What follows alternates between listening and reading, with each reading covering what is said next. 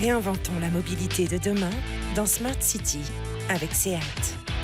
Smart City, donc, pour découvrir les dernières innovations et l'avenir des véhicules autonomes. J'accueille Étienne Hermite, bonjour. Bonjour. Bienvenue, vous êtes le président du directoire de Navia, c'est l'un des leaders mondiaux des systèmes d'autopilotage. Et puis avec nous en visioconférence, Vincent Talon, qui est le co-fondateur de TwinSeal. Bonjour, est-ce que vous m'entendez bien ? Oui, bonjour. Ah, tiens, je commence avec vous. Vous êtes à l'extérieur. Vous êtes où en ce moment là ? Alors aujourd'hui, on est en train d'installer des nouveaux robots sur un site, un campus de recherche de EDF. C'est des robots de logistique pour transporter des colis depuis en fait la zone de logistique à l'entrée du site pour les dispatcher. Tous ces colis sur les différents bureaux, les différents immeubles sur le campus de recherche, qui est un grand campus d'une 50aine d'hectares. Voilà, donc des véhicules autonomes, des robots autonomes, des navettes autonomes. Évidemment, ça roule déjà, Étienne Hermite. Où est-ce qu'elles roulent, vos navettes, avec des passagers en plus ? Là, on est dans cette offre-là. Oui, alors nous, on conduit des expérimentations en conditions réelles, donc avec des vrais gens dedans, dans des vrais endroits. On le fait dans 23 pays dans le monde. On a déployé plus de 180 navettes depuis le début de l'existence de Navia. Oui. Et on le fait dans des sites privés, fermés ou des sites ouverts. Quel type de site ? Donc les sites fermés, ça va être des hôpitaux, ça va être des grandes usines, ça va être des campus. Et puis les sites ouverts, ça va être tout simplement la voie publique, mais dans des zones bien précises, par exemple pour faire le dernier kilomètre entre le bout de la ligne de tramway et une zone d'emploi. Donc c'est beaucoup utilisé pour faire le premier et le dernier kilomètre, qui est un des usages très importants de la navette autonome dans le futur. Voilà, donc on a déployé un peu plus de 180 véhicules dans 23 pays, dans différents types d'environnements. Mais alors pourquoi vous dites c'est encore une expérimentation ? Oui, ce sont des expérimentations. Parce qu'il y a dans la navette un safety driver qui est là pour appuyer sur le bouton d'arrêt d'urgence au cas où la technologie viendrait à ne pas fonctionner correctement. Oui. Et donc, c'est pour ça que ce sont des expérimentations.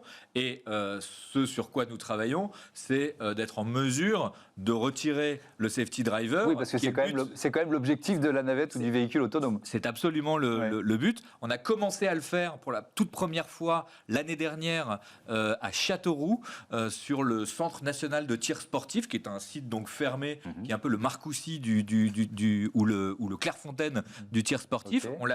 Et donc on l'a fait dans un contexte dans un environnement très protégé. Avec Keolis, qui est l'opérateur de transport de ce site. Et on vise à continuer de faire progresser la technologie pour avoir un niveau de confort suffisant sur le fait qu'on va pouvoir le déployer dans des conditions de sécurité, de performance suffisants et qui ait un intérêt commercial pour les utilisateurs. Et voilà, donc on est sur ce chemin-là. Et on va parler évidemment ensemble à la fois de ce qui peut booster, accélérer le développement des navettes, des véhicules autonomes, et puis aussi il y a des freins psychologiques. Enfin bon, on doit souvent vous poser ces questions-là. Je me tourne vers vous, Vincent Talon. Vous parlez de cobots, de robots collaboratifs à propos de vos TwinSeal. Pourquoi vous employez ce terme ? De logistique, en fait, ont deux principaux modes de fonctionnement. Le premier, c'est un mode dit follow me ou collaboratif. Dans ce cas-là, le robot suit un maître et transporte ses charges lourdes. Ou le second mode, qui fonctionne exactement comme les Navia, où le robot va se déplacer dans un environnement connu, sur des routes virtuelles, de façon complètement autonome, en se stoppant s'il rencontre un obstacle ou en l'évitant. Et comme pour Navia, on va faire tourner nos robots ou sur des sites fermés, comme là avec EDF, ou en ville.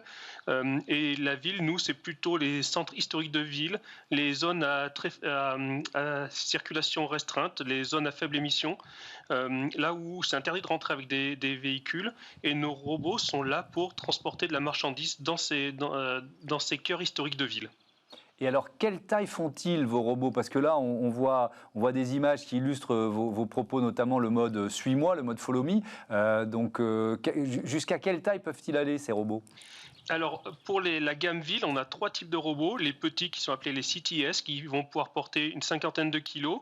On va avoir les CTM, qui sont capables de porter 150 kilos. Et les plus gros, les CTL, qui portent 300 kilos. Et le plus gros, il fait 80 cm de large, 1,30 m de long et 1,80 m de haut, pour vous donner à peu près la dimension. Alors, il y a plein de thèmes qu'on peut aborder. Il y a d'abord le côté technique. Et je reviens vers vous, Étienne Hermite. Aujourd'hui, est-ce que ces navettes autonomes, elles ont besoin de faire toujours le même trajet? Est-ce que je me fais bien comprendre? Alors, nous, les nôtres, visent le niveau 4 de l'autonomie. Oui. Il y a 5 niveaux d'autonomie, de 0 à 5, il y en a 6. 0, c'est aucune autonomie. Et 5, c'est l'autonomie complète. C'est-à-dire, la technologie est capable de remplacer le conducteur humain dans toutes les situations. Sur n'importe quelle route, dans toutes les situations. Exactement. D'accord. Et donc, c'est... peut-être un jour la voiture qui vous conduira de chez vous, de votre domicile à votre travail, porte à porte, ou de votre domicile à votre lieu de villégiature, sans que vous n'ayez rien à faire. Nous visons le niveau juste en dessous, qui est le niveau 4, c'est-à-dire l'autonomie complète, mais dans certains cas. Et donc, c'est certains cas de vitesse, certains cas de type de trajet, certains cas de complexité d'environnement, certains cas de météo, etc., etc. Et donc nous, notre technologie permet de circuler en autonomie complète sur des trajets que nous avons définis à l'avance. D'accord. Un peu comme un bus, en quelque sorte. Donc trajet prédéfini, quelle vitesse? À des vitesses qui aujourd'hui sont autour de 20 km/h, ce qui est suffisant dans un certain nombre de cas, et notamment pour des distances qui sont pas trop longues. Mais on a quand même vocation à augmenter la vitesse, mais notre priorité, c'est, comme je le disais tout à l'heure, d'enlever le safety driver pour être capable de pouvoir rendre le service en autonomie complète. Alors, le frein psychologique, forcément, vous devez travailler dessus, des passagers qui hésitent à entrer dans un véhicule autonome sans safety driver. Oui. Le frein psychologique n'est pas... c'est pas un vrai frein. N'est pas le challenge principal. Ouais. Parce que il peut y avoir une appréhension, mais on a des centaines de milliers de gens qui sont rentrés, de vrais gens, qui sont rentrés dans nos navettes. Ça n'a jamais été un problème. Et en fait, au bout de quelques secondes, quelques minutes, les gens font comme si c'était normal. Ouais. Donc, et puis ils font de l'évangélisation derrière, parce qu'ils ont fait un trajet en navette autonome, et ils peuvent dire autour d'eux, ça marche bien et il n'y a pas eu de souci. Absolument. À la limite, l'évangélisation, c'est pour ceux qui ne sont pas dans la navette, les piétons, qui eux ont plutôt envie de se mettre devant la navette pour voir si effectivement elle s'arrête toute seule. Ils vous testent? Absolument. Donc oui, on a eu une expérience pendant 2 ans à la Défense, sur la dalle de la Défense, qui est une zone piétonne, et le principal problème que nous avons rencontré, c'est que les piétons se mettaient devant la navette pour la faire s'arrêter. Oui. Vincent Talon, donc vous nous l'avez expliqué, certains de vos robots vont ou peuvent aller dans des centres-villes interdits aux véhicules thermiques. Là aussi, le regard des autres, le regard des passagers, des piétons, alors pas des passagers, mais des piétons, comment ça se déroule? Alors pour nous, c'est un grand challenge, cette question d'acceptabilité. On y travaille de deux façons différentes en fait. La première, c'est rendre nos robots les plus empathiques possibles en leur donnant des designs qui rappellent des choses, qui rappellent une histoire de la logistique. Nos derniers robots ont des têtes qui ressemblent beaucoup à des vieux véhicules de logistique dans l'imaginaire collectif. Et de l'autre côté, on essaye de leur apporter de la robotique sociale dessus. C'est pour ça qu'ils sont équipés avec des yeux, avec un système son, donc des haut-parleurs et des microphones qui leur permettent d'interagir avec les gens qui sont autour pour montrer que c'est des petites bébêtes qui sont gentilles, qui sont là pour rendre service, pour apporter un service aux gens. Et c'est vraiment des petits objets, des machines qui sont là pour seconder les humains. C'est vraiment notre leitmotiv.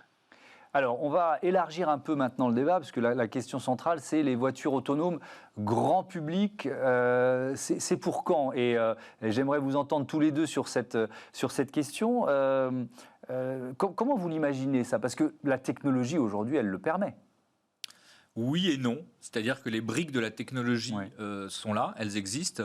C'est-à-dire à la fois les systèmes de perception, les radars, les lidars, etc., les caméras, les systèmes de calcul existent. l'intelligence artificielle aide énormément.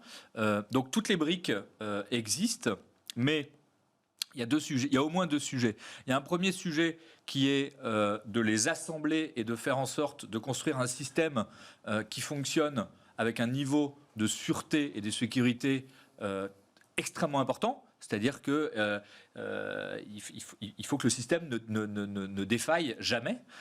Donc ça, c'est le premier défi. Et le deuxième défi, c'est celui du coût. C'est-à-dire qu'aujourd'hui, assembler toutes ces technologies coûte cher et rajouterait dans un véhicule individuel plusieurs dizaines de milliers d'euros de coûts de composants. Et donc, il n'y a pas forcément de modèle économique. D'accord. Donc, ça veut dire que vous imaginez, parce que tout à l'heure, dans les titres, je disais, on va chercher des voitures grand public autonomes sur les parkings de 2040. Il y en aura ou il n'y en aura pas ?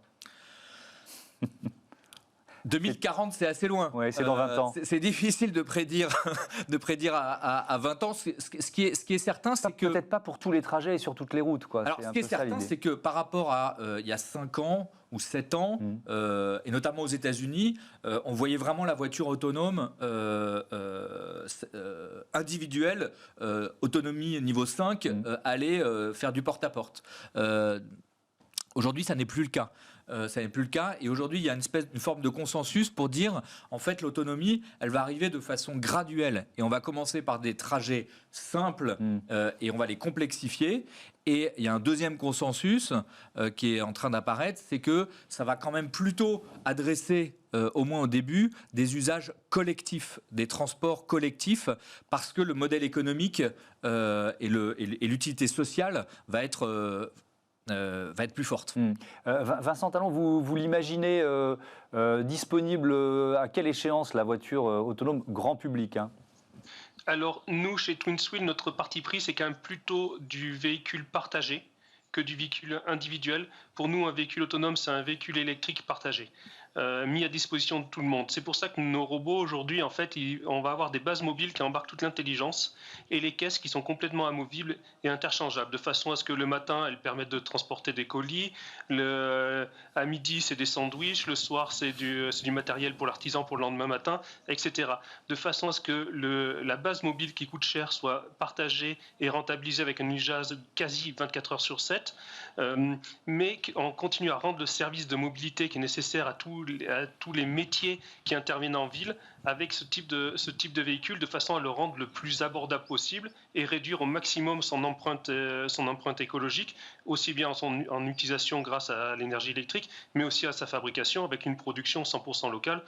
Tous nos robots sont produits à Cahors avec des fournisseurs à maximum 400 km de Cahors. C'est vraiment l'analyse du cycle de vie complète qui est vraiment attendue par les métropoles et par les citoyens de ces grandes métropoles. Toujours avec vous, Vincent Talon, est-ce que la question de l'assurance n'est pas un frein au développement de la voiture autonome grand public ? Qui est responsable en cas d'accident ? Alors, tout à l'heure, côté Navia, on expliquait que c'était des véhicules qui étaient visés niveau 4. Nous, nos robots, en fait, il n'y a personne dedans parce qu'ils sont trop petits, en fait, quand je vous décris la taille. Donc, on est déjà, dès le début, on est niveau 4. Alors, on a le safety driver qui est juste à côté aujourd'hui, qui doit être à moins de 10 mètres. Le but du jeu, c'est de le mettre à 1000 km, puis de mettre un safety driver pour 3, 4, 10 robots.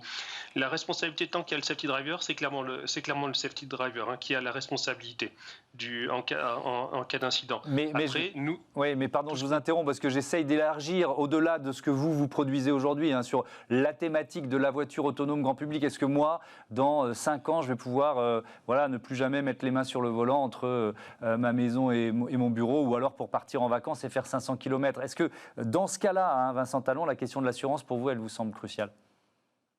Non, pour nous, les questions d'assurance, c'est plutôt secondaire en fait. C'est comme disent les généraux, c'est l'intendance qui suivra bien en fait. C'est des faux problèmes qui intéressent des gens, mais c'est des faux problèmes. Et vous, pour aller de votre maison à votre bureau, vous emprunterez des Navia pour y aller. Pourquoi pas, effectivement. La question de l'assurance, est-ce que vous en pensez ? On va passer d'un système où le permis de conduire était donné à un être humain, qui a la responsabilité du véhicule qu'il conduit et des passagers qu'il transporte. On va transférer cette responsabilité, ce permis de conduire, d'un homme à un système. Et donc c'est le système qui va avoir un permis de conduire. tous les pays sont en train de réfléchir à l'évolution de la réglementation. Il y a une convention même internationale qui s'appelle la Convention de Vienne qui dit que tout véhicule terrestre à moteur doit être conduit par quelqu'un. Et donc il faut changer cette convention. Et donc les législations évoluent. La responsabilité sera au système. Et donc les assurances vont suivre, effectivement. C'est-à-dire que en cas d'accident, celui qui est responsable est assuré et donc le système sera responsable. Ça veut dire aussi qu'il faudra être capable d'auditer les systèmes en amont. C'est-à-dire qu'ils vont être certifiés en disant oui, ce système, un peu comme si un système passait le permis de conduire, si vous voulez, en amont pour dire oui, il est capable de conduire, et puis en aval, quand il y a un accident, de rejouer le match pour comprendre ce qui s'est passé et sanctionner le coupable. Est-ce que chaque accident médiatisé, finalement, freine pas le développement de la voiture autonome grand public? Là, il y a eu un accident mortel avec une Tesla il y a quelques semaines. On a un peu l'impression que voilà, on redescend brutalement plusieurs marches parce qu'il y a toujours ces freins. Alors vous dites psychologique, c'en est pas vraiment un, assurance, c'en est pas vraiment, mais malgré tout, c'est l'impression que moi j'ai. Non, tout à fait. L'acceptabilité, je veux dire, aujourd'hui, il y a 1 million de morts par an sur les routes dans le monde. Les voitures continuent on est habitué, en fait. On est habitué à vivre dans un monde dans lequel il y a 1 million de morts par an sur les routes. Et il viendrait à l'idée de personne de dire il faut arrêter de faire rouler ces objets, c'est extrêmement dangereux. En revanche, si demain j'arrive et que je vous dis j'ai inventé un super moyen de transport, le seul problème c'est que ça va faire 1 million de morts par an, probablement ce système de transport n'arrivera pas parce que c'est pas acceptable d'avoir un nouveau système. Donc et donc effectivement il y a une acceptabilité du risque généré par ces systèmes-là qui est faible, d'où le besoin de démontrer de la part des gens qui travaillent là-dessus que c'est 100 fois plus sûr, 1000 fois plus sûr, 1 million de fois plus sûr que les systèmes existants où on ne fait pas attention, où on regarde son téléphone en conduisant, où on est fatigué, où on a bu, etc. Ouais. Oui, c'est ça, Vincent Talon. On pourrait même retourner l'argument et dire que la machine, elle sera toujours plus fiable que l'humain au volant d'une voiture. Typiquement, nous, en ville, nos robots, quand on est sur des aires piétonnes, on ne dépasse pas le 6 km/h. C'est la réglementation. On n'a pas le droit de rouler plus vite que la vitesse au pas. Quand vous déplacez en marchant dans une rue piétonne, le livreur à vélo ou en cargo bike ou même le scooter ne respecte jamais le 6 km/h. Nous, notre véhicule autonome va toujours respecter le 6 km/h parce qu'il est responsable en fait. Et parce que justement, il a passé cette sorte de permis de conduire et il s'engage à le respecter. Et une machine respectera le permis de conduire là où l'homme ne va pas le respecter. Nous, on le voit clairement, tous les incidents, on n'a jamais eu d'accident et on touche du bois pour pas en avoir, mais tous les incidents qu'on a eu avec nos robots, c'est parce que c'était une personne qui était sur son vélo en train de téléphoner, qui ne nous a pas vus en fait. Et on a beau lui envoyer des flashs, faire sonner une alarme, il ne nous voit pas, il va nous rentrer dedans en fait. La réglementation, Étienne Hermite, elle est en train de changer. Il y a des autorisations qui sont quasiment à nos portes, là, c'est ça? Oui, alors aujourd'hui, il y a eu plusieurs évolutions législatives qui ont ouvert la possibilité pour des acteurs comme nous de faire des expérimentations. Aujourd'hui, ce sont des régimes dérogatoires pour des expérimentations. Mais maintenant, on est en train de passer à la phase suivante. Il y a un premier décret qui a été passé il y a quelques jours, seulement en avril, pour le niveau 3, c'est-à-dire qui va donner la possibilité à des systèmes, donc à délégation de conduite, effectivement de conduire tout seul dans certaines conditions, mais avec un conducteur qui sera toujours présent, qui doit pouvoir reprendre la main dans un certain délai. Ouais. Le niveau 4, c'est un peu différent parce qu'il n'y a plus de safety driver où le superviseur, il est remote, il est loin, il est débarqué, il est dans un poste de contrôle dans lequel il va superviser plusieurs véhicules. Donc cette législation-là, elle n'existe pas encore, mais elle est dans les tuyaux et on vise fin 2022, courant 2023, pour avoir la possibilité de faire du niveau 4 pas sous forme dérogatoire, mais permanente. Dernier mot, j'essaie d'imaginer l'autoroute. On pourrait avoir une file dédiée sur l'autoroute pour les véhicules autonomes, par exemple? Oui, alors sur les autoroutes, c'est possible, ou même sans fil dédié, parce que changer de fil pour un système de conduite, c'est facile. C'est possible, dans un environnement très contraint comme l'autoroute. Non, le sujet, ça va plutôt être dans un environnement urbain ou périurbain. Est-ce qu'il va y avoir des fils? Parce que là, c'est beaucoup plus compliqué. Il se passe beaucoup plus de choses. Il y a des piétons, il y a des animaux, il y a des ballons, des enfants, etc. La vie, donc, quoi. Il y a la vie. Et donc, c'est plutôt dans ces zones-là, effectivement, qu'il y a toute une réflexion autour de l'aménagement de la ville qui peut se faire. Merci beaucoup, merci à tous les deux d'être intervenus dans ce débat. À très bientôt sur Bismart. On continue d'explorer les nouvelles mobilités, évidemment, avec Smart Move.